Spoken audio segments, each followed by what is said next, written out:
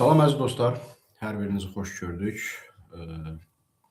Yeni ildə ilk canlı yayımdır. Hər birinizə uğurlu il arzulayıram. 2026-cı il hər birinizin həyatında uğurlu, düşərli və yadda qalan bir il olsun. Qəzasız, bəlasız, sağ-salamat növbəti illərə keçə bilək, sağlıq olsun. Bugün biraz mövzumuz qarışıqdır. Son günlər əsas bu dumanlı hava ilə bağlı problemlər yaşanır. Demək olar ki, hər axşam paytaxt Bakıda daxil olmaqla bir neçə istiqamətdə dumanlı hava hökm sürür və bir çox sürücülər bu hava şəraitində davranış qaydalarından xəbərsizdirlər. Duman fənərlərindən harda, necə gəldi istifadə edirlər və yaxud da lazım olan yerdə istifadə etmirlər. Eyni zamanda Cənab Prezident tərəfindən Bakıda mikromobillik, nəqliyyat problemləri barədə məlumatlar verilmişdi. O barədə də danışacağıq. Və bizim tərəfdaşımız Bolt'un həyata keçirdiyi bir startup layihəsi ilə bağlı məlumat vermək istəyirəm. Mən o layihədə iştirak etdim. Bu ötən ilin sonlarında baş tutdu. Əvvəldən də bir neçə dəfə məlumat vermişdik. Bolt akselerator layihəsi idi. Yəni Bolt tərəfdaşları, kuryerlər, sürücülər orada öz startup layihələrini təqdim etdilər və Bolt tərəfindən də onlara dəstək göstərildi ki, o layihələr icra olunsun. Yəni bir növ o insanlar öz işlərini qurdular. Həmçinin uğur arzulayıram. Mən o tədbirdə də iştirak elədim və gördüm ki, həqiqətən də bizim taksi sürücüləri arasında, kuryerlər arasında çox istedadlı uşaqlar var, istedadlı oğlanlar var, xanımlar var və bu layihədə bir neçəsi artıq qalib elan edilib. Mən səsləndirəcəm təxminən 4 nəfər.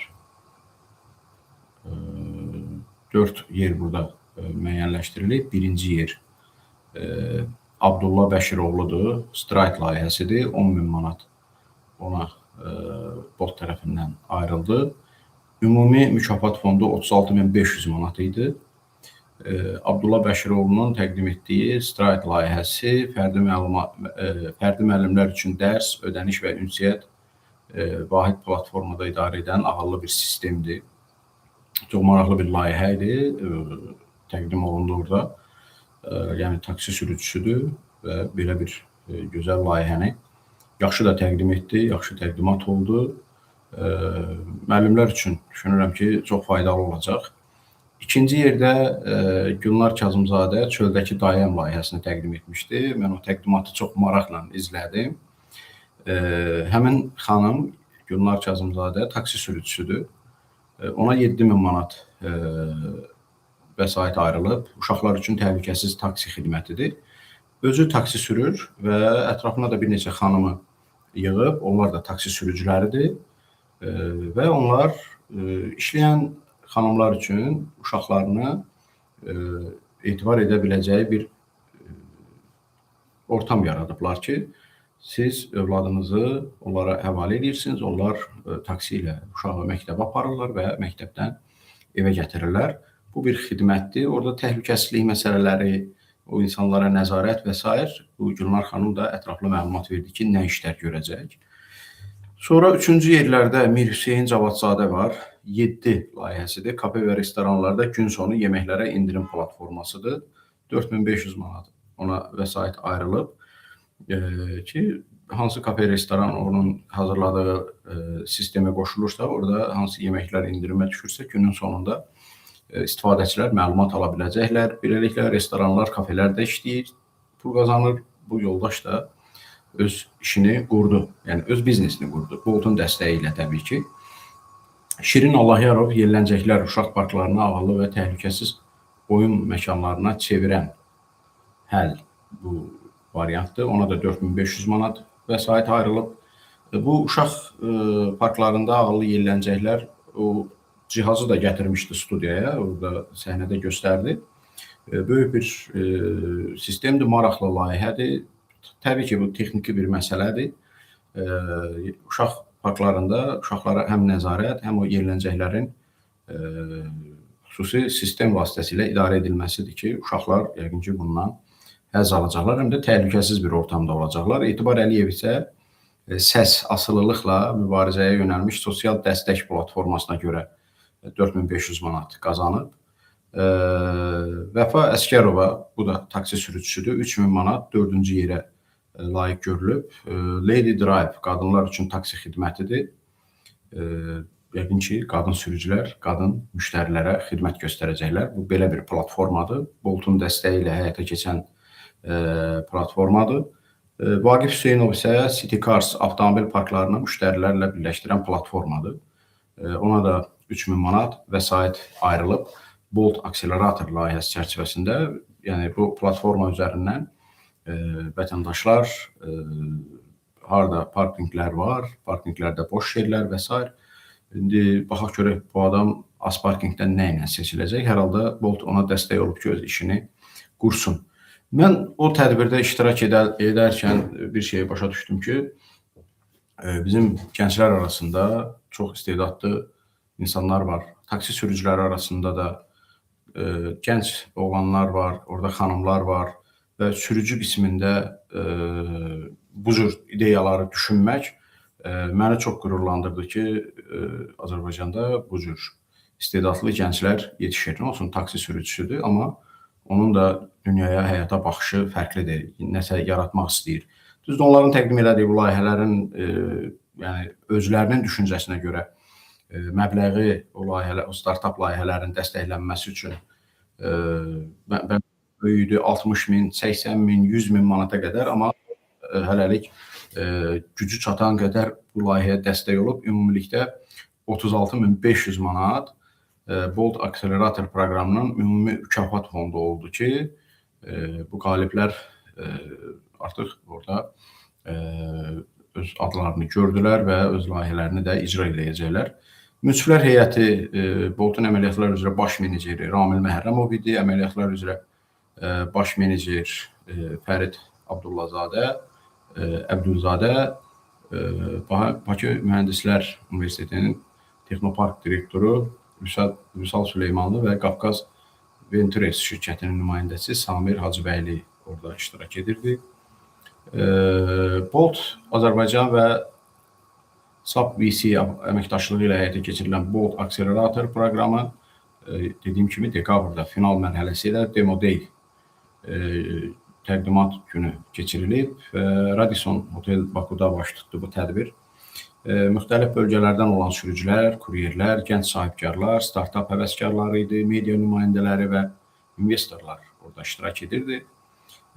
Biz layihələrlə demək olar ki, əyani şəkildə tanış olduq. Çox da yaxşı təqdimatlar etdilər, istedadlı təqdimatçılar idi. Boltun Azərbaycan əməliyyatlar meneceri açıqlama verdi ki, Bolt akselerator proqramı ilə məqsədimiz sürücü və kuryer icmasını iqtisadi cəhətdən gücləndirmək, onların sahibkarlıq potensialını üzə çıxarmaqdır. Demoda göstərdi ki, Azərbaycanda innovativ ideyalar və təşəbbüskar ruh güclüdür. Həqiqətən də orada biz gördük, o uşaqlar düşünürəm ki, bundan sonra daha yaxşı layihələrə imza atacaqlar. Birinci yerin qalibi Abdullah Bəşiroğlu idi. O bildirdi ki, Bolt akselerator proqramı onun üçün ideyanı real biznes modelinə çevirmək baxımından böyük imkan yaratdı. Aldığımız mentorluq, bilik və dəstək Stride layihəsinin gələcək inkişafı üçün möhkəm əsas oldu. Mən qeyd edeyim ki, Bolt bu layihələri boş-boşuna dəstəkləməyib. Hətta mentorluq dərsləri keçib, nə kimi imkanlar lazım idisə yaratdı və nəticə etibarıyla bu uşaqlar öz layihələrini daha peşəkar formada təqdim edə bildilər. Tərəfdaşımız Bolta təşəkkür edirik ki, bu cür imkanlar yaradılır. Həqiqətən Azərbaycan gəncləri çox istedadlıdır. Orta təhsildə belə müəyyən performanslar göstərə bilirlər. Xüsusən startap layihələrinə çox böyük dəstək vermək lazımdır. Baxın, bizim ətrafımızda olan ölkələrin startap layihələrinə baxın. Hətta Cənubi Qafqaz ölkələri arasında Azərbaycandan qat-qat aşağı səviyyədə olan ölkələr var ki, onların startap layihələri dünya səviyyəsində tanınır. Təəssüf ki, Azərbaycanda bu cür uğurlu nəticələr hələ ki tam da ortada deyil. Bu yaxınlarda mən gördüm, artıq Azərbaycan dövləti bununla bağlı bir dönüş əldə etməyə çalışır.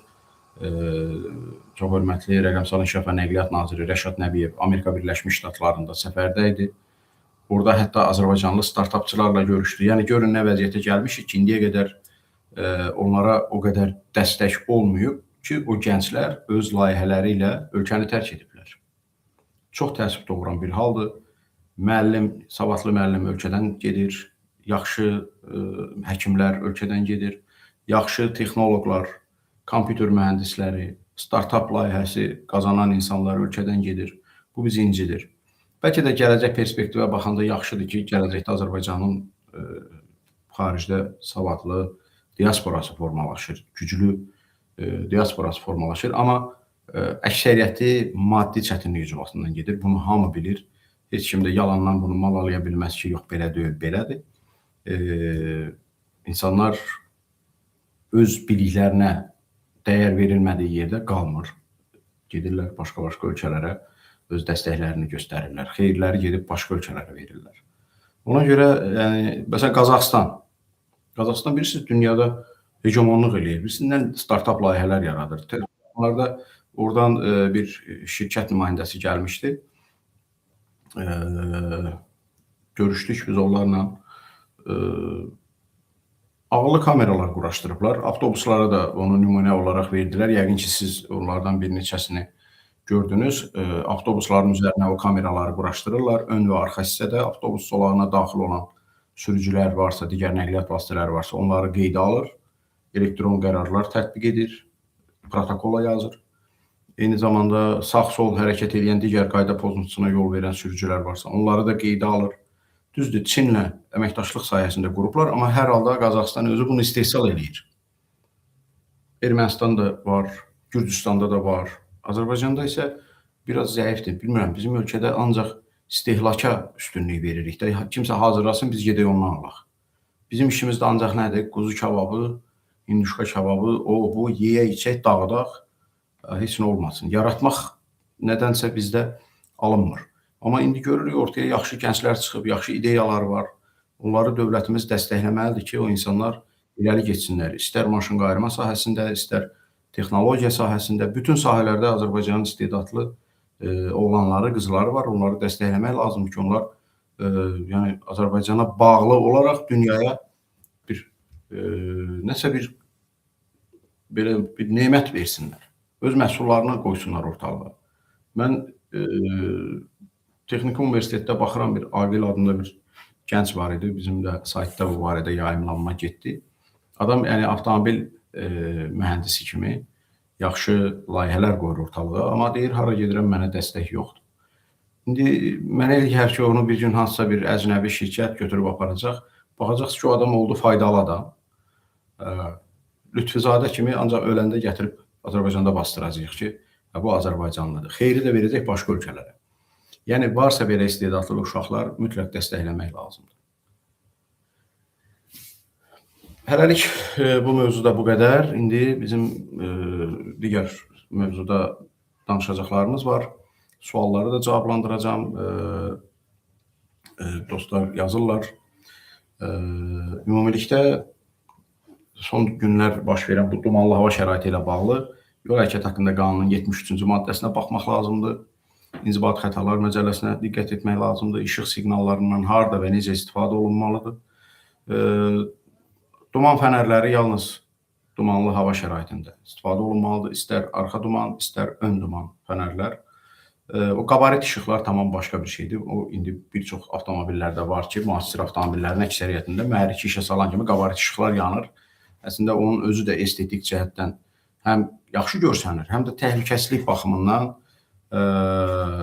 vacibdir. Ən azından işıq yanırsa, sən uzaqdan da olsa həmin avtomobili görürsən, onun hərəkətinə, trayektoriyasına, sürətinə uyğun sən də bir mövqe seçə bilirsən. Əslində, yəni o baxımdan faydalıdır.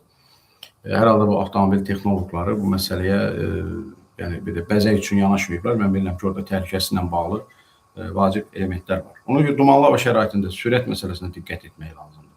Bizim yol hərəkəti haqqında qanun deyir ki, sürücü sürət həddini yol və hava şəraitinə uyğun seçməlidir. yol şəraiti tört-tökündürsə, deməli olmaz.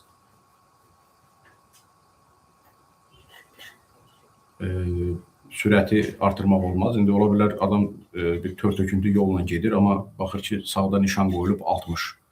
İndi buna deyirsən aşağı sürətlə sür, deyir axı oraya yazılıb 60. Bax, qanun belə adamlara deyir ki, ay qardaş, ora 60 yazılsa da sən 60-la gedəsi yol deyil. Və yaxud da dumanlı hava şəraiti hökm sürür.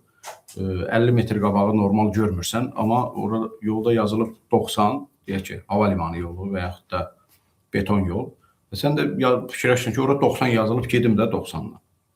Bu çox təhlükəlidir. Sən yəni 50 metri görüb qarşına çıxan maneəni qarşılaşanda yayına biləcəyin sürəti seçməlisən. Düzdür, bizim indi yol hərəkəti haqqında qanunda təkcə bu bizdə deyil də, bütün dünyada belədir. Bəzi məsələlər sürücünün ixtiyarına buraxılanda onda aləm dəyir bir-birinə. Məsələn, piyadaya deyir ki, yola çıxarkən yaxınlaşan nəqliyyat vasitəsinin sürətini müəyyənləşdirməlisən və ona uyğun addım atmalısan. Yəni bu biraz subyektiv yanaşma olur da, piyadanın öz yanaşması. Piyada da deyir ki, mən baxırdım da o yavaş gəlirdi, qəflətən sürətini artırdı. Onun qanunda yəni burada dəqiqlik yoxdur. Ona görə subyektiv fikirdir. Piyada hesabladı, nə ilə hesabladı, metrə ilə hesabladı, nə ilə hesabladı. Bax, bunlar biraz açıq qalır. Sürət məsələsində sürücü sürəti hava şəraitinə uyğun seçməlidir. Görürsünüz, seçmir. İndi nə etmək lazım? Tutub bir döyəsi, kötəkləyəsi deyirsən ki, ay bala, sürət həddini düzgün seç. Ona görə yəni vətəndaşın ixtiyarına nəyisə buraxırsansa, onda aləm dəyir bir-birinə. Onun da hələ bir dəqiq mexanizmini tapan yoxdur ki, buna necə nəzarət olunsun? Nişanlar avtomatik rejimdəmi işləməlidir? Məsələn, nişan olsun, elektron nişan. 90 yazmısan, görürsən dumandır, düyməni basırsan, nişanlar avtomatik çevrilsin, olsun 30. Varmı belə tablolar? Yoxdur. Ona görə bu məsələlərə hələ ki vicdan məsələsi kimi baxırıq. Vətəndaş əgər görürsə ki, qarşıdakı maşınla ara məsafəsini düzgün saxlamayıb, qəfil tormozlama versə, gedib qəzaya düşəcək. Ona görə sən düzgün məsafə seçməlisən, amma seçmirsən. Yəni, bu məqsədli şəkildə demək ki, sən qəzaya düşmək istəyirsən. Yəni, gedib kiməsə zərər vurmaq istəyirsən. Yəni, mən bu dumanlı havaların birində kənar dairəvi yolda hərəkət edirəm. Yeni Yasamal ərazisinə çatanda baxıb görürəm ki, yük maşını yolun sağ tərəfində saxlayıb. İndi yüksək sürətlə hərəkət eləsən, gedib ondan toxunmalısan. Amma elə sürət seçməlisən ki, maneəni görəndə ondan yayına biləsən. Bax, bu təhlükəsizlik mövzusu bununla bitməməlidir. Mən düşünürəm ki, hər birimiz bunu söz kimi bu qulaqdan alıb o qulaqdan ötürməməliyik. Biz bunları deyirik ki, insanlarımız ölməsin, qəzaya düşməsin, cibindən pul çıxmasın, sığorta ilə orada-burada dava qırğına çıxmasın ki, ay pul vermədin və s. və ilə axır. Sonra bu qarlı buzlu havalar. Ən biabırçı yanaşmamız budur. Təkər məsələsi ilə bağlı artıq dünyada bir məcburi qayda kimi tətbiq olunur. Qış təkərinə keçməlisən. Bunun variantı yoxdur. Məsələn, Rusiyada o tikanlı təkər olmasa sən maşın sürə bilməzsən. Çünki hava şəraiti elədir ki, orada aylarla buz ərimir, yol buz olur. Bizdə qar yağmır deyə, indi Bakıdakı sürücülərin əksəriyyəti qarlı hava təcrübəsinə alışıq deyil, öyrənməyib, görməyib. Yəni, qar görməyib də adam. Oturur evdə, internetdə baxır, qonşusu Şahdağdan bir şəkil paylaşdı. İndi qonşum bəlkə maşını yaxşı vəziyyətdədir, sürüb gedib. Fikirləşir ki, ayrı uşağı da götürüm, mən də gedim. Yığır ailə uşağı, gedir Şahdağa, bir də görürsünüz, dərədən gəldi, düşdü aşağı. Baxın, bizim saytda da yayımlandı. Avtosfera saytında yəqin ki, çoxları buna baxıb. 07 maşın. Sərt döngədir, qarlı havadır, hamı sürüşə-sürüşə gedir, gəlir ötmə əməliyyatı aparır. Yəni, bu adam ölməyə gedir də, bu elə bir terroristdir, bu kamikadzedir. Çıxıb ki, kimsə öldürsün, evə salamat qayıtmasın. Kimsə də bədbəxt eləsin. Yəni, belə insanlarla mübarizə aparmaq üçün gərək sərt cəzalar olmalıdır, sərt qaydalar olmalıdır. O adamı məcbur eləmək lazımdır ki, qış təkərinə keç. Ona görə bizdə bu təkər mövzusu biraz açıq qalıb. Təcrübəsiz sürücü, təcrübəli sürücü çıxırlar, Şahdağ yolu biabırçılıq, nə bilim, Qubada Xınalıq yolu biabırçılıq, ora buya belə, bura belə. Aidiyyatı qurumlarının da fəaliyyətindən danışmağa dəyməz, çünki həmişə yalandan söz verirlər ki, hər şey yaxşı olacaq, texnikamız belədir, elədir, amma Bakı-Şamaxı yolu elə bir balaca bərk külək əsəndə də donur. Təsəvvür edirsinizmi? Yəni qar yağmır, külək əsir, şaxta ilə ora artıq donur, sürüşür. Və səhər-səhər yola çıxmaq məsələsi. Dəfələrlə müraciət edirlər. Bəzi insanlar bunu qulaq ardına vurur. Mənim də ailəm artıq köçüb Zəngilanda atam yaşayırlar. Mən də bu yeni ili şükürlər olsun şəhidlərimizə qəni-qəni rəhmət diləyirəm ki, onların sayəsində qazilərimizə şəfa diləyirəm, möhkəm can sağlığı arzulayıram. Onların sayəsində dövlət başçımıza təşəkkür edirəm ki, onun iradəsi, siyasəti sayəsində torpaqlarımız artıq işğaldan azad olunub. Mən də ailəmi götürüb getmişəm Zəngilana. Amma baxıram ki, məsələn, yolda donma var. Çünki ondan bir gün qabaq dostlarım zəng vurdu ki, məsələn, Hacıqabul yolunda səhər saat 6-da maşınlar hamısı dığırlanıb aşıb, yolun sağı solu doludur. Niyə? Çünki adam gəlir, görür yol sürüşüb, amma 90-dan aşağı düşmür sürət. Uçur. Adamlar var uçur. Yəni yolda konkret uçur da, yəni bildiyiniz uçmaq nəyə deyirsə odur. Bilmirsən hara qaçır, niyə tələsir.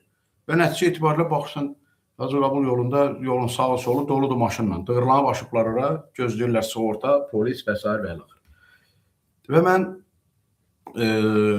saytda da məlumat vermişdi ki, səhər saatlarında yola çıxarkən diqqətli olun. Çünki səhər nə olur olsun yol donur. Məsələn, axşam dumandır, temperatur da aşağı düşürsə, deməli asfaltın üzərinə dumanda su oturur, şaxta vuran kimi də donur, nəticə etibarilə buzlaşma baş verdi. Sən də arxayın gedirsən, 120 ilə, 110 ilə, radara çatanda sürəti azaldırsan, radarı keçən kimi uçursan. Və bir də görsən ki, biz həmişə onu zarafatla deyirik, badımcanlıqda eşələnirsən. Yəni bu adam bunu niyə dərk eləmir ki, yol sürüşür, səhər saat 6-dır, şaxtanın o ən kəsən vaxtıdır, mən də yoldayam, diqqətli olmalıyam, amma olmuram. Bax, belə məsələlərə diqqət yetirmək lazımdır. Ona görə uzaq səfərlərə çıxarkən mütləq təxminən səhər saat 10-11 arasını götürün. Şaxtalı havada, temperaturu, hava haqqında məlumatlar verilir. Siz elə bilirsiniz, Ekologiya və Təbii Sərvətlər Nazirliyi o məlumatları belə kefindən açıqlayır. Yol polisinin elə işi gücü qutarıb, boş-boşuna məlumat yayır ki, hava şaxtalıdır, diqqətli olun. Bunu hamısı sizə, bizə görə eləyir ki, ay sürücü, ay vətəndaş, diqqətli olun. Bu dünyanın hər yerində belədir. Yəni, istənilən halda hava şəraiti və s. bir problem olan kimi, aidiyyatı qurumların borcudur ki, sürücüləri məlumatlandırsın. Görürsünüz, külək əsəndə Fövqəladə Hallar Nazirliyi məlumat yayır ki, ağacın altında maşın saxlamayın, balkonların altında durmayın, binaların qabağından keçməyin. Yəni, hərə öz üzərinə düşən vəzifəni yerinə yetirir ki, maariflənsin, insanlar maariflənsin. İnsanlar da maariflənmir. Girir rəqsanə filan kəsə filan dedi, onu oxuyur. Başqa bir şeylə məşğuldur. Filan kəsin, axşam yediyi yeməyin hesabı nə qədər olur, filan belə. Boş-boş şeylərə daha çox maraq var. İndi biz burada danışırıq, bəziləri izləyir, bəziləri girir, sonra deyir, burada danışır, çıxdı, getdi. Gedir ki, rəqsanə görsün nə deyir, canlı yayım açıb, o daha yaxşı şeylər danışır yəqin ki, bəs nəsə də show biznes əhli. Yəni, bu insanlar indi başa düşdükdə sürücü vəsiqəsini alanda oxumamışsınız, öyrənməmişsiniz. Heç olmasa indi öyrənin də, yəni sən ömrün sonuna kimi bu maşını sürəsən. Ta 70 yaşa kimi sağlamlığın imkan versə, Allah qoysa, hamı sürəcək. 70 yaşdan sonra da tibbi arayış alıb yenə sürəcəksiniz, 2 illik, 1 illik belə. Bu peşədir, sürücülük bir peşədir. Sən bu peşənin incəliklərini bilmirsən, amma çıxırsan yola ki, qaqaş, mən 40 ilin sürücüsüyəm. İnanın, son dövrlər baxırıq o baş verən qəzalarda, ölümlə nəticələnən qəzalarda. Əksəriyyəti o 40 ilin sürücüləridir. O qədər özlərinə güvənirlər ki, mən peşəkaram, heç nə olmaz. Olmaz, belə şey yoxdur. Özgüvən yaxşı şeydir, amma yolda qaydalar, keçərli olan qaydadır, özgüvən deyil. Ona görə nə qədər insanlarımızı itiririk. İndi bax, 5-10 günə yol polisi keçən ilin statistikasını açıqlayacaq. Görək 25-ci ildə nə qədər insanı yollarda itirmişik. Gəlib aşağı yuxarı bir 700-ə çatacaq, bəlkə də çox olacaq. İndi bilmirik, rəqəmlər nə deyir. Yəni, hər gün səhər xəbərlərə baxırıq, qəza, ölüm, uşaq öldü, böyük öldü, yaşlı insan idi və s. idi. Yəni, biz niyə evimizə sağ-salamat qayıtmaq barədə düşünmürük? Evdən çıxarkən həm də o evə qayıtmağı da düşünməliyik. Bəzi adamlarda bu yoxdur. İndi bizim saytımızda paylaşırlar ki, filan kəs qayda pozub, əks istiqamətə çıxıb, biri gəlib altdan yazır. Filan kəs işverənliklə məşğul olur. Boyunu yerə soxum sənin. İşverənlik nədir? Sən heç bilirsən işverənlik nədir? Bu ictimai qınaqdır. Sənin kimi başıboş insanlar belə şeyləri başa düşmür. Təbii ki, başa düşməyəcək də heç vaxt. Amma səhər bunun yolun kəsəndə kimsə, adam onu özü çəkir, göndərir ki, bunu yay. Neçəsinə demişəm ki, ay qardaş, bax dünən sən bizim səhifədə yazmışdın ki, filan iş verənlik edirsiniz. İndi nə oldu? Yox, belələri ilə mübarizə aparmaq lazımdır. Mən indi ad çəkmək istəmirəm. Çox tanınmış insanlar var idi. Onların da bir neçə dəfə videosu bizdə yayılmışdı. O sözləri bizə deyirdilər. Və indi həmin adamlar bizə video göndərir. Allaha and olsun. Həmin adamlar bizə indi video göndərir ki, filan yerdə filan kəs qayda pozub, maşından registrator alıb, arxanı da, önü də, sağa, sola, hər yeri çəkir. Çünki adamın özünün başına bir dəfə o hadisə gəldi. Onu az qala köhnə avtovağzalın altında körpüdə vururdular. Ondan sonra qərara gəldi ki, yox, bu düzgün şey deyil. Nə özü qayda pozmur, nə də başqalarına imkan vermir. Yəni, gücü çatan qədər onunla mübarizə aparır. Yəni, sən çəkmə, bizim cəmiyyəti bilirik də, yəni biz özümüzü yaxşı tanıyırıq. Polis olmayan yerdə, kamera olmayan yerdə adamlar bir-birini az qalır boğub öldürsün. Elə bilin bir-birimizə düşmən kəsilmişik. Mən hamınızdan xahiş edirəm, bax, rayon yollarına çıxanda, yolda baxın, görün, insanlar bir-biri ilə necə davranır. Maşını diriyib o birisinin arxasına, marqat eləyir, siqnal verir. İnanırsan ki, əlində imkan olsa, bax, elə oradan maşının lükundan çəkiş çıxardıb qabaqdakının təpəsinə vurar ki, tez elə mənə yol ver, mən keçim. Qabaqda gedirsən ki, ya yol polisi tutub, düşüb orada anası bir yandan, arvad uşaq bir yandan düşüb polisin üstünə, ay aman qoymayın, Əhmədi polis saxlayıb. Ya da gedib haradasa girib daşlığa da ölür orada. Yəni, bu nə yaşayışdır, bu nə həyat tərzidir keçirirsən? Qardaş, sən yola çıxmısan, istirahətə gedirsən. Sağ-salamat get də. Sağ-salamat getməyin də yolu odur ki, qaydalara əməl eləməlisən. Yox, sənin hər yerinə radar qurmaq lazımdır. Belə bir texnika yoxdur da, 10 metrdən bir radar olmaz axı. Cəmaət gedir, Avropada gəzir, nadir hallarda deyir, radar görürəm. Niyə? Çünki onlarda insanlıq, vicdan var. Radar lazım deyil. Onların radarı vicdandadır, beyindədir, bu şuurdadır. Kamerası buradadır, onların polisi buradadır. Bizdə, nə bilim, yanaşma belədir. Bilmirəm, Qafqazlı qanı axır damarımızda ondandır. Nədirsə, biraz emosiyonalıq, çılğınıq. Amma axı ölürük. Axı bu bizi öldürür. Niyə bunu eləyirik? Sual veririk özümüzə ki, qardaş, bunu niyə eləyirik? Qonşunun uşağı gedir, yas maşından ölür, yas yerində gedir, iştirak edirik, sonra çıxırıq bu yanda, qabağını qaldırır, maşının 07-nin qabağını qaldırır, sürür onun üstünə ki, burada mənəm Bağdadda kör xəlbə. Qardaş, heç olmasa ondan nümunə götür də, qonşun öldü də, o da sənin kimi təkər qaldırırdı, iki təkər sürürdü. Nə bilim, polis görəndə düşmən kimi baxırdı ki, polis var burada. Nə bilim, filan şey plan oldu. Ona deyirdi, sən iş verənsən, buna deyirdi, iş verənsən. İndi deyir, qəbirstanlıqda çürüyür. Sən də gedib onun yasında iştirak edibsən, çıxırsan, yenə həmən şey eləyirsən. Piyadalarla bağlı da vəziyyətimiz o cürdür, sürücülərlə bağlı da vəziyyətimiz o cürdür. Ona görə gəlin, biraz diqqətli olaq, bir-birimizə hörmətlə yanaşaq, təmkinli olaq. Yəni, nə vaxta kimi bu davam edəcək? Mən inanıram ki, bizim bu danışıqlarımız elə içimən qarışıq hamımız üçün bir yaxşı dərs olar, yaxşı nəticə verər və biz gələcəyimizin sağlam olması üçün sağlam bir cəmiyyət formalaşdıraq ki, yaxşı da bizə qədər olub da, dədə, baba qayda poza-poza gəlib, heç olmasa biz eləməyək. Bizdən sonraki nəsil yaxşı gəlsin, sağlam gəlsin, qaydalar deyəndə ağzın burnun əyməsin. Adama deyirsən, ged oxu, mənə WhatsApp-a yazırlar, sürücü vəsiqəsi almaq istəyirəm, nətər eləyim? Deyirəm, get kitabı götür oxu. Yox, başqa yolu yoxdur. Adamın düşüncəsinə baxsın. Mən əmin işlərə gedib imtihana 5-ci-də axırı keçdi. Çünki prinsip qoymuşdu qarşısına ki, mən bunu eləyəcəm. Və bizimki yazır ki, başqa yolu yoxdur. Baxırsınız, girim şəklinə baxıram, acından günorta durur. Başqa yolu var ya, amma sən razmerini bilmirsən. Belə adamlar razmerini bilməyən adamlar. Qardaş, gedi oxu da, bir dənə kitab da, nədir, burada var da. Hara qoymuşam mən onu? Yol hərəkəti qaydaları. Balaca nazik bir kitabdır, bir də onun jurnalı var, test kitabçası. Alın, oxuyun, təcrübəni də bir yerdə öyrənin, gedin imtahan verin. Mən hər birinizə təşəkkür edirəm. dinlədiyiniz üçün, xüsusən TikTokdan bizi izləyənlərə təşəkkür edirəm. Facebookda da mənim profilimdə izləyənlər var. YouTubedan da yazıb Şamxal Eyvazov yazıb. Yol nəqliyyat probleminin əsas səbəbi yoldakı latoklardır. Yəni çala-çökük yollardır, düz deyir. Çünki yol təsərrüfatına cavabdeh olan qurum işləmir. Yatır, qar yağanda yatır, yol çökəndə yatır, gözləyir ki, cəmaət ölsün, ondan sonra gedirlər, başlayırlar iş görməyə. Bu biraz abır-həya məsələsidir. Yəqin ki, onun da bir nəticəsi olacaq. İsrail Fərhad bizim Facebookdan dostumuz yazıb ki, avtomobilin ön alın şüşəsində olan çatlaq, qırıqla bağlı görməni məhdudlaşdırıcı qadağandır kimi bir qaydanın olduğunu deyirlər. Elə bir şey yoxdur İsrail. Bunu da indi arxasında oxuyum deyəcək.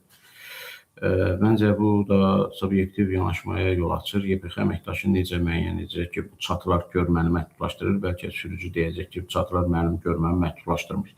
Qanunda elə bir şey yoxdur. Yəni artıq o texniki nasazlıqdır. Yəni şüşədə çat varsa, deməli avtomobili o vəziyyətdə idarə etmək olmaz. O da 342.5-ilə İnzibati Xətalar Məcəlləsinin 342.5-ci maddəsi ilə 50 manat cərimədir.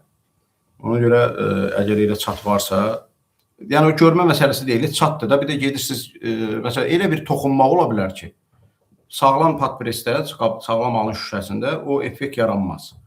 Amma çat alın şüşəsidir. Gedirsən, balaca bir maşına toqquşursan, o da oradan tökülür sənin qucağına, nə bilim, uşağın gözünə batır, o olur, bu olur. Ona görə dəyişmək lazımdır. Məncə də yəni onu o formada sürmək lazım deyil. Çünki həqiqətən də pis görünür. Mən belə düşünürəm. İndi çox adam buna başqa don geyindirəcək ki, birinin imkanı yoxdur falan.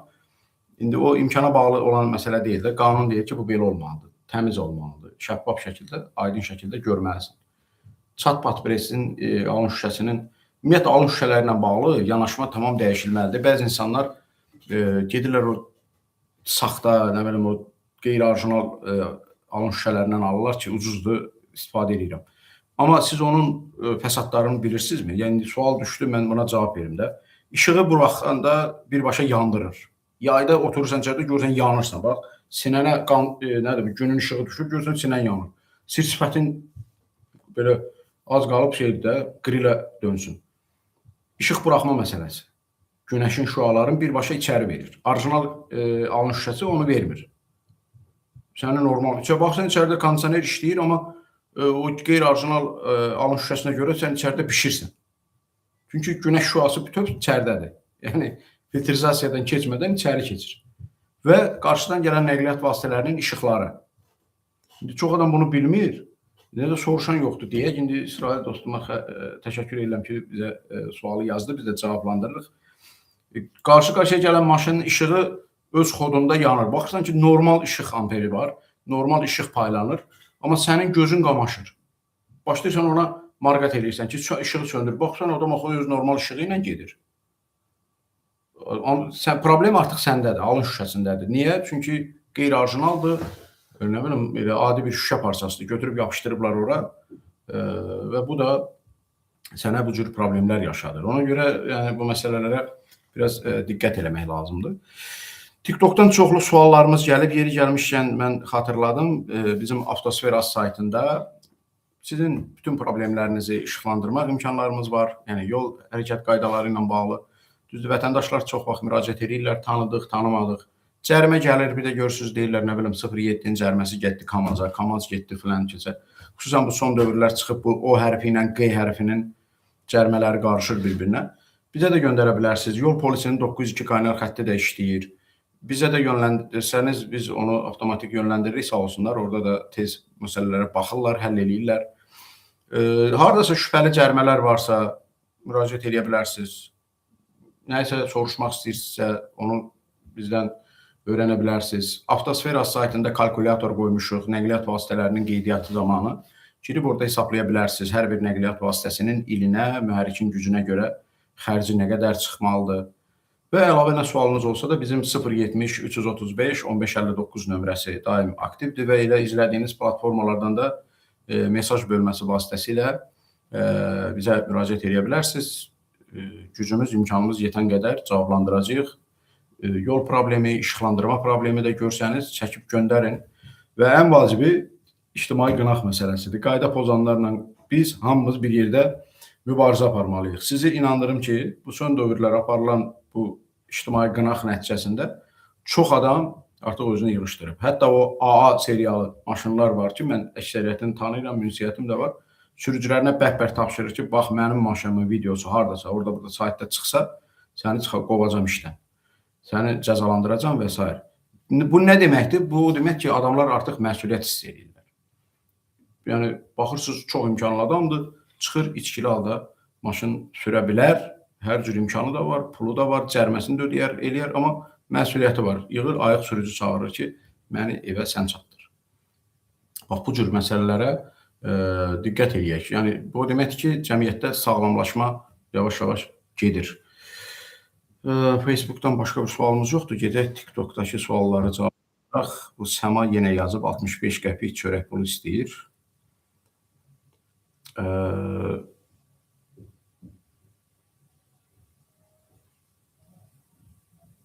Gəncəli Əmirov yazır ki, sertifikatsız işləyir. Botda, Yangoda bu necə işlədilir? O məsələ ilə bağlı əlinizdə faktlar varsa bizə də göndərin. Biz də bir araşdıraq görək sertifikatsız necə işləyir. Mənim özümə də çox maraqlıdır. Deməli,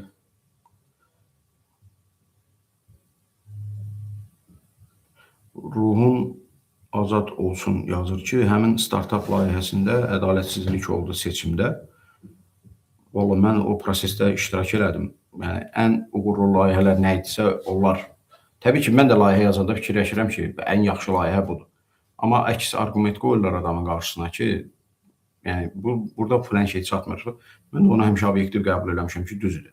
Növbəti layihədə daha da təkmilləşdirərəm. Əgər siz orada iştirak eləmişsinizsə, bir daha növbəti yəqin ki, bu il yenə olacaq. Siz yenidən qatıla bilərsiniz. Master yazıb, salam Elməddin müəllim, əleykim salam.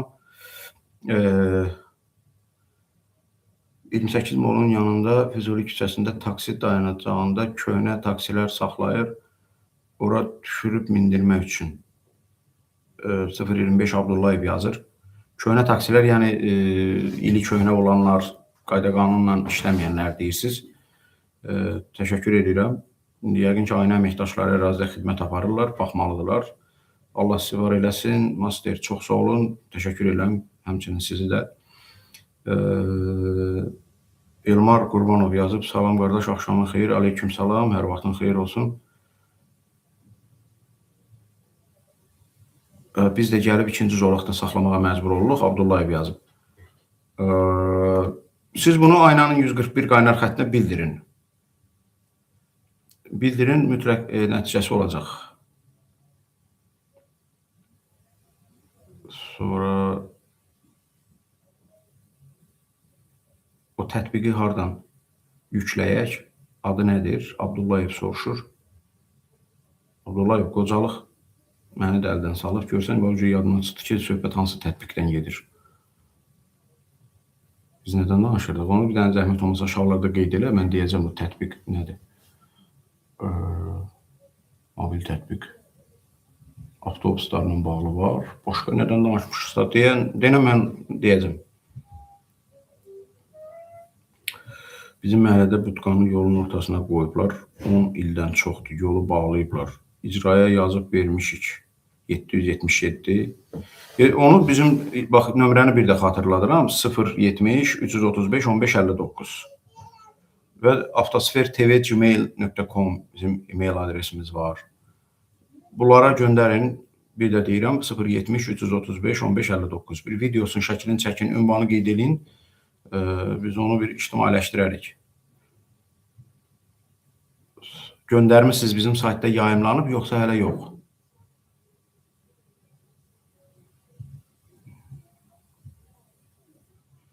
Bir dəfə də olsun insanların xeyrinə qərar vermirsiniz. 019 SS yazıb.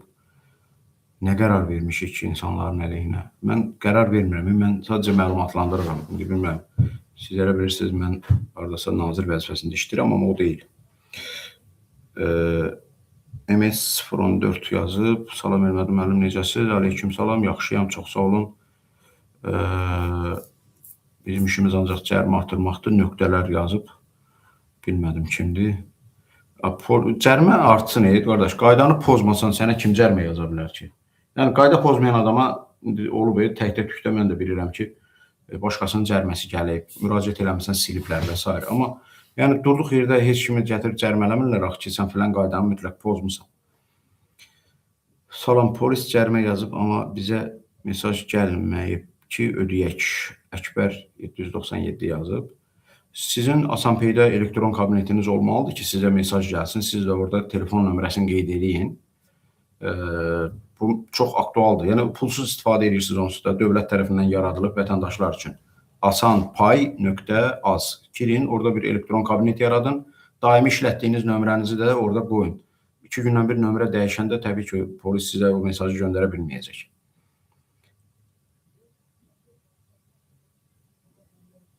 Boralo yazıb, Boralo 10. Salam, bəs nə vaxt taksilərin də zolaqları olacaq? Taksilərin zolağı olmayacaq. Taksiləri avtobus zolaqlarına buraxacaqlar. Bu məsələ müzakirə olunur, yaxşı olacaq. Hökməli dairəsində işıqfor lazımdır. Onu sakinlər adından müraciət etmək lazımdır. Məsələn, Daxili İşlər Nazirliyinə bir tədbir görürlər. Əraziyə baxılmalıdır, ona uyğun qərar verilməlidir. Bütün sənədləri tələb edirsiniz, vergini ödəyirsən, ancaq avtobus zolağına girmək olmur, müştəri də niyə? Hə, bu 019 yazıb. Mən dedim, avtobus zolağında taksilərlə bağlı məsələ öz həllini tapacaq, amma indi avtobus zolaqlarında mindiş nöqtələri yaradılıb. Müştəri də başa düşməlidir ki, bu taksi sürücüsü keyfi istəyən yerdə müştəri mindirə bilməz, keyfi istəyən yerdə götürə bilməz. O məntəqələrə getməlidir, oradan minib, orada da düşməlidir. Bunu hələlik belə idarə etmək olur, çünki başqa variant yoxdur. Vasif yazıb, beyni onların, cəsədi bizim. Hə, valla, bayaq danışırdıq o startup layihələrindən. Çox sağ olun. Zəhmət olmasa, Bolt faizləri barədə danışın. Faizlərlə bağlı nə olub ki, yəni o şirkətdir, müəssisədir, öz qaydaları çərçivəsində belə bir faiz həddi müəyyənləşdirib. Yəni, kimin çox xoşu gəlmirsə, keçib başqa şirkətlə işləyə bilər, amma bunu dövlət tənzimləmir də, yəni bu sayədə dövlətin tənzimləyə biləcəyi bir şey yoxdur. Amma yaxşı olar da olsun, mən də istəyərdim ki, olsun.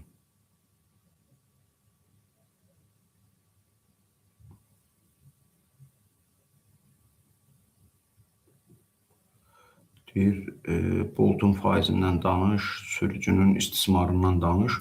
Yəni, bu şirkət şərt qoyub bu formada. Boltdan xoşun gəlmir, keç Yangoda işlə. Yangodan xoşun gəlmir, get Uber'də işlə.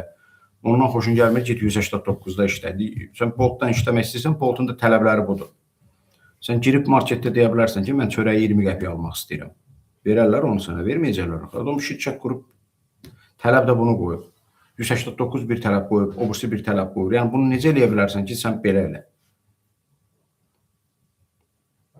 Mən də bir müəssisə rəhbəriyəm də, qardaş. İl ərzində nə qədər vergi ödəyirəm, sosial ödəyirəm, o, bu.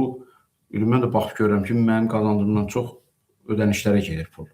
Durum neyim? Dövlətlə dalaşım. Borala yazıb, Çin maşınlarında duman işıqları yoxdur. Bizim dildə deyil. Sənədlər və monitor bu ölkə standartlarına uyğun deyil. Bu da maraqlıdır. Niyə Çin maşınlarının əksəriyyəti beynəlxalq standartlara uyğun istehsal olunan maşınlardır? Amma indi duman fənərləri yoxdursa, qabarit işıqları ilə idarə etmək olar. Şkoda yazıb, salam. Savadı can yoxdur yəqin, o sürücülərdən danışırdı. Təşəkkür edirəm, bəli. Ola bilər, belə insanlar var. İnsanların beyni yırtıqdır, bəy. Olur, bəzi insanların, hamısının yox.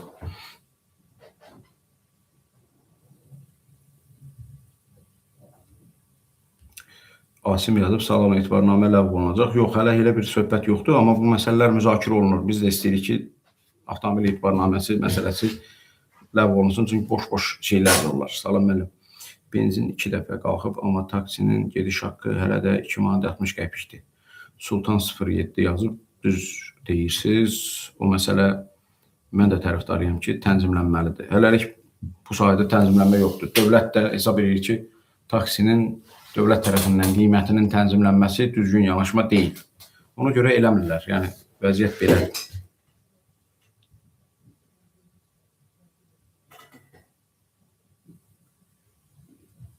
Başqa nə suallar varsa hamısını bir-bir cavablayaq.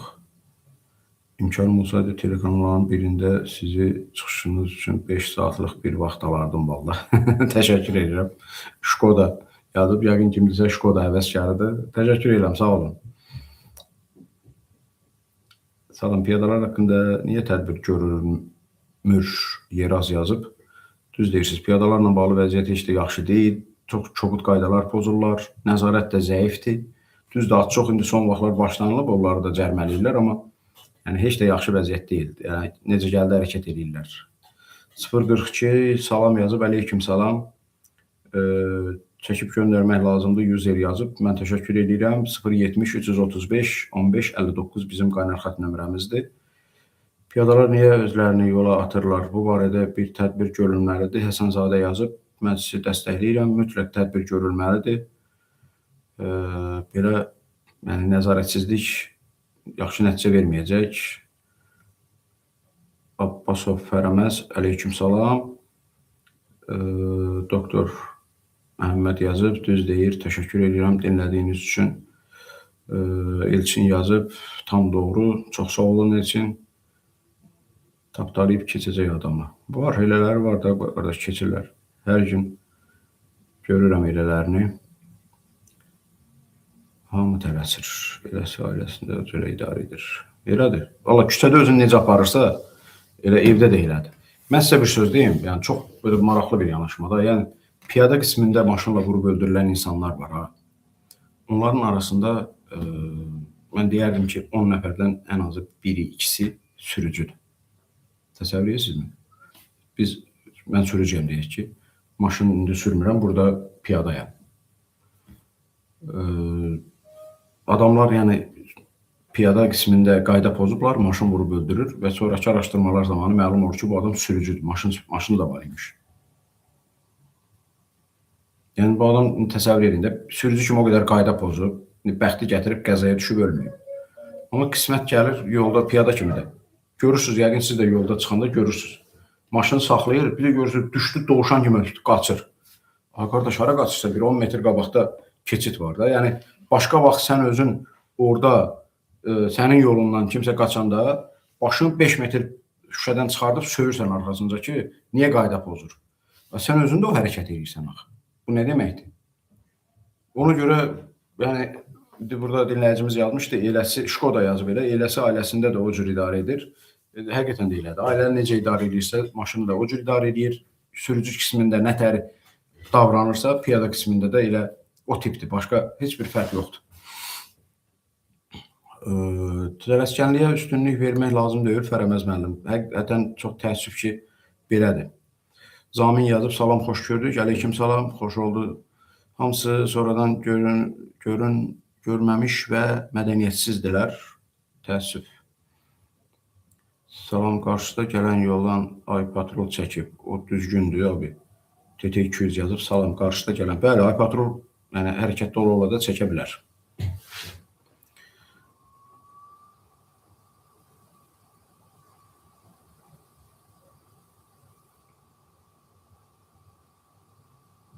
User yazıb, salam, mən sizlə razıyam, amma dayandurma ilə razı deyiləm, çox haqsız çəkir. Mən başa düşmədim. Yəni, qayda pozulursa cərimə yazılır, indi bilməm, dayanma durma ilə bağlı nə sizə qane eləmir, maraqlıdır. Taksiyə niyə icazə vermirlər dayanıb sərnişin götürməyə? Avtobus zolaqlarında bu problemlər var, onu da aradan qaldırırlar. Avtobus zolaqlarında mindiş yerləri yaradılıb. Və olmayanlarda da yaradılacaq. Deməli, Şkoda yazıb, Allah razı olsun, çox sağ olun. Etibar Məmmədov, salam, aleyküm salam. Sadəcə sürücü vəsiqəsi pulla yox, normal şəraitdə biriyə əsasən verilsə, belə olmaz. Əla. Salam, axşamınız xeyir. Bu taksi məsələsi haçan düzələcək? Yurdum mənim yazıb. Bu ildən bu istiqamətdə çox böyük dəyişikliklər olacaq. Biraz səbirli olaq, görəcəyik. Və yol hərəkət mədəniyyəti məktəbdə dərs keçilməlidir. Ceko yazıb. Düz deyirsiniz, biz Təhsil Nazirliyində bununla bağlı bir görüş keçirdik ki, həm də yol polisinin nümayəndələri ilə, Daxili İşlər Nazirliyinin nümayəndələri ilə getmişdik ki, bu tədris prosesində yol hərəkət qaydaları tədris olunsun. Heç olmasa həftədə bir dərs, ayda bir iki dərs, sırf yol hərəkəti qaydaları. Dedilər, yox, biz məsləhət görmürük. Soruşdum ki, niyə? Dedilər, təhsillə, yol hərəkəti qaydalarla bağlı kitaba nəsə salsaq, dindarlar gəlib deyəcək, dini də sal ora. Nə bilim, yemək pişirənlər gəlib deyəcək, yeməyi sal ora. Nə bilim, quş tutanlar gəlib deyəcək, quşlar haqqında nəsə bir şeylər ilə. Belə bir cavab verdilər, mənim də biraz gülmək tutdu. İndi o da onların fikridir də.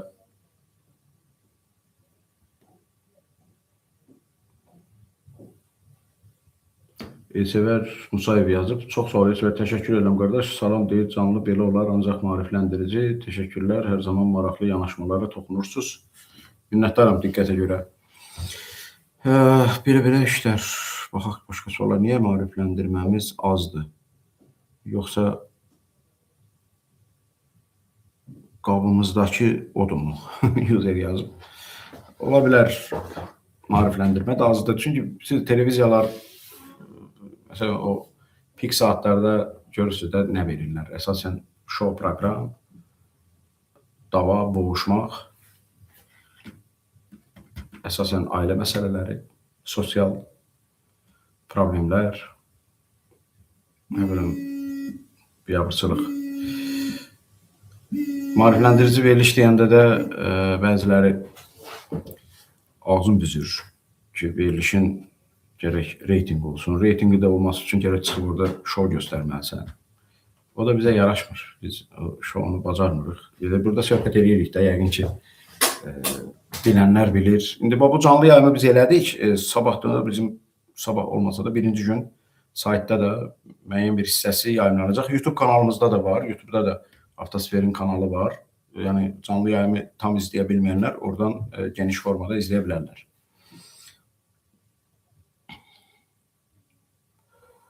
Etibar Məhmədov qardaş, bu ölkədə mümkün deyil, qayda pozmayasan. 2 xəttə müştəri minib düşürdürsən cərimə. İkinci xəttə. Bu ikinci xətt məsələsi biraz qəliz məsələdir. Çünki avtobus zolaqları təzə yaranıb və bu da vacibdir. Cənab Prezident də bu yaxınlarda televiziyalara müsahibəsində bildirdi. Avtobus zolaqları, velosiped zolaqları. Çünki bu belədir ki, nəqliyyat çox çeşidlidir. Çox çeşidli olduğuna görə də yollar arasında bölünür. İndi bəzi yerlərdə velosiped zolaqlarının avtobus zolaqlarına birləşdirilməsi mümkündür ki, hamısı bir yerdə hərəkət eləsin. Hətta mən deyərdim ki, çoxlu adam daşıyan o şirkət maşınları var. Hansı ki, şirkətin işçilərini aparıb gətirirlər. Nəhəng şirkətlər. Yəni, belə deyək də, toplu daşımadırsa, onlar da avtobus zolağında gedə bilərlər. Sprinterlərdir və s. Amma nəzarət altında da. İndi deyək ki, Sokarın avtobusu. Səhər işçiləri aparır, şirkətə işə qoyur. Axşam 5-6-da da gelib götürür, aparır, evə düşürdür. Amma indi bu səhər saat 8-10 aralığı ilə axşam 5-ə kimi işçiləri düşürdəndən sonra o zolaqda avaralanmayacaqsa, ona icazə vermək olar. Amma indi bəzilərinə desən ki, biz icazə veririk, gəlin o şirkətin işçilərini daşıyın. İşçilər düşürdəndən sonra görəsən taksi kimi düşüb avtobus zolağını çevirib meydana. Yəni, bizdə belədir də, barmağı uzatsan, bir də görsən, biləkdən götürdü, apardı. Amma yəni, nəzərə almaq olar. Ancaq yəni, bu kiçik elektrik mühərrikli nəqliyyat vasitələri var ki, skuterlərdir, mopedlərdir, avtobuslar, həmçinin ictimai nəqliyyat, toplu daşımaçılıqdır. Bunlar üçün o şərait olmalıdır. İndi taksi üçün də şərait olmalıdır ki, onlar da müştərilərə doğru düzgün xidmət göstərsinlər. Onu da biz hakik saldıq, danışdıq, uzun müddət müzakirədən sonra bu mindiş məntəqələri yaradıldı və artırırlar da. Ancaq indi dəyişilməlidir də, biz o qədər şeylər görmüşük, pandemiya görmüşük, müharibə görmüşük, bir ölkənin prezidenti gəlib başqa ölkənin prezidentini oğraya bilir. Yəni, dünyada o qədər şeylər baş verir ki, biz bu cəmiyyətdə bu şeylərin hamısını gördük. Yəni, bugün heç kim deyə bilməz ki, elə həyat bu cürdə davam eləməlidir. İndi görürsünüz, yeni qaydalar çıxır, nəsə dəyişiklik baş verir. Biz də ona uyğun davranmalıyıq. Mən əvvəl çıxırdım dənizkənarı bulvar ərazisinə gəzməyə. Gəlirdim o muzey mərkəzinin yanında, harada, nə bilim, haradasa bir boş yer tapırdım, maşını atırdım ora, çıxıb gedirdim. İndi parkovşik gəlirdi, tapanda bir manat alırdı, taplayanda da sürüb çıxıb gedirdim evə. Ki, bulvarda gəzməyə gəlirəm. Və indi baxıram ki, qardaş, bu imkan yoxdur. Maşın saxlamağa yer tapmırsan. Tapanda da saatına pul yazır. Mən də gedirəm Bayılda, Bayraq meydanının yanında. Pulsuz, boş yer də çox. Maşınımı saxlayıram orada. Oradan düşüb gəlirəm, bulvarı gəzirəm, yenə də qayıdıram, çıxıram, gedirəm, minirəm maşınıma, evimə sürürəm. Yəni həyat tərzini dəyişmək lazımdır da. İndi həmişə belə olmur axı. Yəni eyni cür ola bilməz.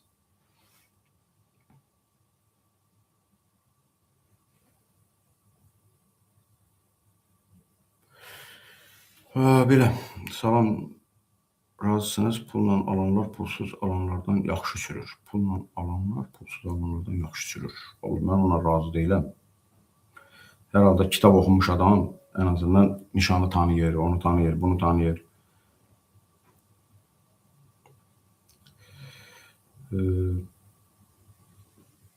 Çat görüntüyə mane olursa, onda cəriməsi var.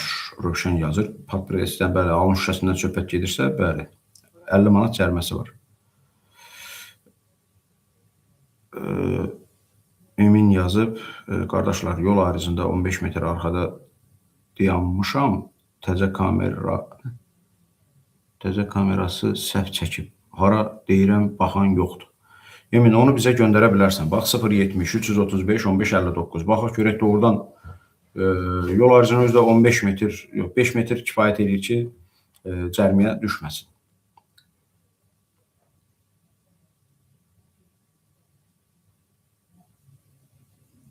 Tiger yazır ki, Hakim Abbasov küçəsində çəkilər maşınlarla zəbt olunub, uşaq arabası ilə gedə bilmirik. Bu Hakim Abbasov küçəsi, yəni düzələsi küçə deyil də, elə bir orada orta əsrlərin qaydaları keçir hələ ki. Unknown yazıb, nədir Elmətin bəy, icarə verilən obyektin qarşısında maşın saxlamışam, mənə 60 manat 2 bal yazıblar. Səkidə saxlamısınız yəqin ki. İlqar yazıb soruşur, etibarnamə ləğv olunmadı, yox hələ ki ləğv olunmayıb. Bir gündə gediş-gəliş bir dəfə sokarın avtobusun eləmək olar. Niko yazır, əlbəttə olar. Müəllim, bizdə ictimai nəqliyyat sayılırıq, Elman. Mən onu dəstəkləyirəm. Yəni, şirkət maşınlarını toplu daşımaçılıqdan söhbət gedirsə, dəstəkləyirəm. Salam, hər vaxtınız xeyir, fərqlənmə alırıq. İnva pul keçiririk. İnva, nə? Tıxacda niyə qalırıq ki? Rasim nə ilə bağlıdır, bilə bilmədim. Yəqin ki, o sprinter falan sürənlərdir. Salam, polis cərimə yazıb, amma mesaj yoxdur. Akbər yazıb. Mesaj yoxdursa, siz Asanpay'dən bir səhifə yaradın. Nömrənizi də qeyd edin ki, sizə mesaj gəlsin. Səhifə ilə bağlı direktə yazın. Səhifə satılır. Kim səhifə almaq istəyirsə yazsın, bu yoldaş səhifəsini satır. Bizim əksər polislərlə davranış qaydası keçilməlidir. Bu hamısına şamil olunmur. Mən də razıyam. Təlim keçilməlidir və keçilir də. Baş Dövlət Yol Polis İdarəsində də, Bakı Şəhər Dövlət Yol Polis İdarəsində də demək olar ki, hər ay dərs keçilir. Bizim dəyərli dostumuz Ərşad Hüseynov da və digər mütəxəssislər var ki, o dərslərdə iştirak edirlər. Avtotəlim yazıb ki, salam müəllim, çox mərtəbəli binanın həyətini etibar ediblər dayanacaq, qanunsuz hara şikayət edək? Polisə, ərazi üzrə polis bölməsinə müraciət edə bilərsiniz.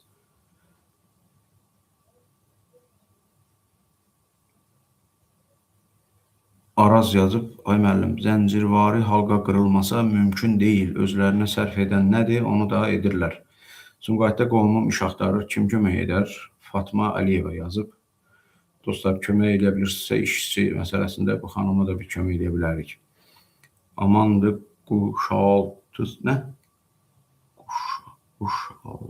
Salmasınlar, quşalığı salmasınlar. Nəsə, başa düşmədim, nə deməkdir? Salam, Üzeyir Hacıbəylidən boya avtobus solağında vaxt niyə təyin etmirlər? Rafael Rüstəmov yazır. Yaxşı sualdır. Təsəvvür edin, Yusuf Səfərovla gəlirsiniz, vaxt məsələsi var orada, rejim qoyulub. Dönürsünüz Afiyəddin Cəllova, yoxdur. Afiyəddin Cəllov da gəlir Üzeyir Hacıbəyli ilə davam edir. Orada da nişan yoxdur. Bəli, bu bir problemdir. Düz deyirsiniz. Mən bunu aynə ilə bir görüş olanda deyəcəm.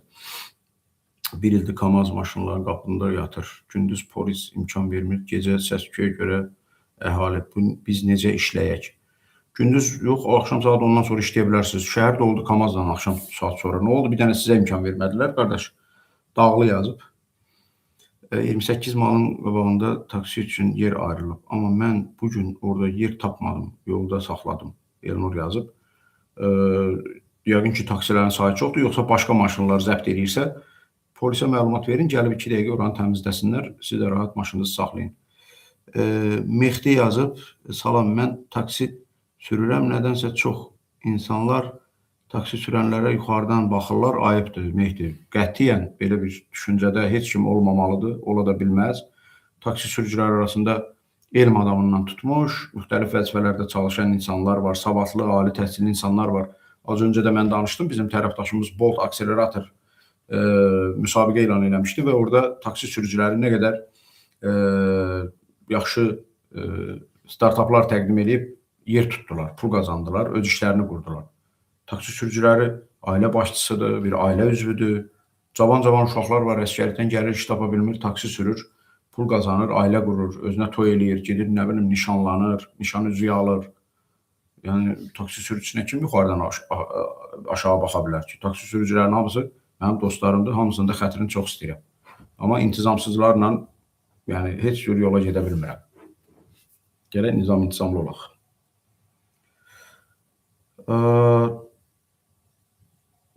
Dostlar, mənə gəl ki, qutardı suallar. Salam, axşamınız xeyrəli yazıb, əleyküm salam, başqa sual yoxdur. Sabir Quliyev yazıb ki, YPX inspektoru deyir ki, qayda pozuntusu izah olunmur və sübut olunmur. Yazılır, qərarsız özünüz araşdır, elə şey olmaz. Qayda pozuntusunu izah eləməlidir, hansı qaydanı pozmuşsunuz, hansı maddə ilə cərimə yazılacaq sizə və siz protokola etiraz edirsinizsə, orada mütləq qeyd olunmalıdır və sizin iştirakınızla o məsələ mütləq araşdırılmalıdır. Şübhəli məqam varsa, qanun da bunu belə deyir, vətəndaşın xeyrinə həll olunmalıdır. Yol polisi onu sizə kim deyirsə səhv deyib. Bakı kəndlərində yük avtomobili idarə etmək olmur, cərimə edirlər. Kamil Quliyev yazıb, düzgün deyil, çünki yük maşınlarının hərəkəti ilə bağlı yalnız Nazirlər Kabinetinin bir qərarı var, şəhərin mərkəzinə giriş qadağandır. Şəhər ətrafı onlar hərəkət edə bilərlər.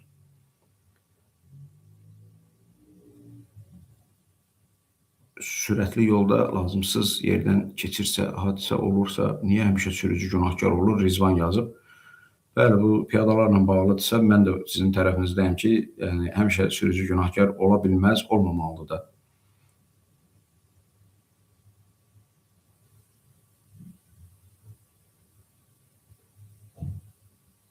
Mənim pravam gedib Rişeniyə taksi işləyən adamam. Cərimə ilə bağlı, ailə, uşaq yanında xəcalətlik. Allah köməyiniz olsun. Faxo 84. Siz ödənməyən cərimələrə görə yəqin sürücülük hüququnuz məhdudlaşdırılıb. Siz hansı məhkəmə qərar veribsə, cərimələri ödəyin, gedin həmin məhkəməyə müraciət edin və göstərin ki, mənim yəni ailəmin dolanışığı, yeganə dolanışıq mənbəyi bu taksidir. Xahiş edirəm, yəni mən cərimələri də ödəmişəm, bunu təmin edin. Bir yaxşı bir hüquqşünasla da məsləhətləşsə sizə yardımcı olar. Mən düşünürəm ki, bir ədalətli hakim olsa sizin xeyrinizə də qərar çıxardacaq. Salam, mən radara məsəl üçün 12-13-35-də düşmüşəm, 13-ü SMS gəlir. Bu doğrudurmu? Bir gün ərzində, yəni 24 saat ərzində gəlməlidir. Allah razı olsun sizdən. Mən də bir yük maşının sürücüsü olaraq qardaş dediyi əziyyəti çəkirik. Şəhərin mərkəzi yox, kətlərdə də buraxmırlar. Qardaş kimsə bizə zəng vurur. Hal-hazırda canlıdayam, ona cavab verə bilmirəm. Üzürlü saysın, ad boy verəsi olacam. Neçədir bu? 61-65. Xahiş edirəm, birazdan danışaq. Sizin səhifədən video sildirmək üçün nə etmək lazımdır? Muradxan 041 yazıb. Muradxan adı da adətən Laçınlılarda olur. 100% Muradxan da Laçınlıdır. Bizim səhifədən video sildirmək istəyir. Niyə sildirmək istəyirsən, ay Muradxan? Yəqin qayda pozmusan, ona görə də bizim əməkdaşlar sizin videonuzu paylaşıb.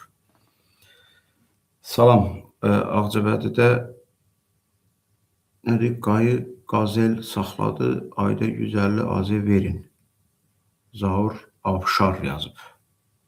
Daxili İşlər Nazirliyinə müraciət edin. Korrupsiyaya qarşı mübarizə idarəsinə, baş prokurorluğa müraciət edin.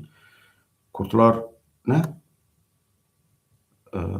Zavur yazıb, qardaş, texniki baxış asan xidmətə verilə bilərmi? Yox, bu yəni praktik olaraq mümkün deyil. Qapı ustası yazıb, salam, posta maşın saxlatdırıb bagaja baxa bilərlər. Yəni şübhəli məqam olsa baxa bilər. Yəni stasionar postda bu mümkündür. Siz hər zaman bizə kömək etmişsiniz. Sizə təşəkkür edirəm. Seymur Rahim yazıb. Mən də təşəkkür edirəm. Çox sağ olun, bu sözü sizdən eşitmək xoş oldu.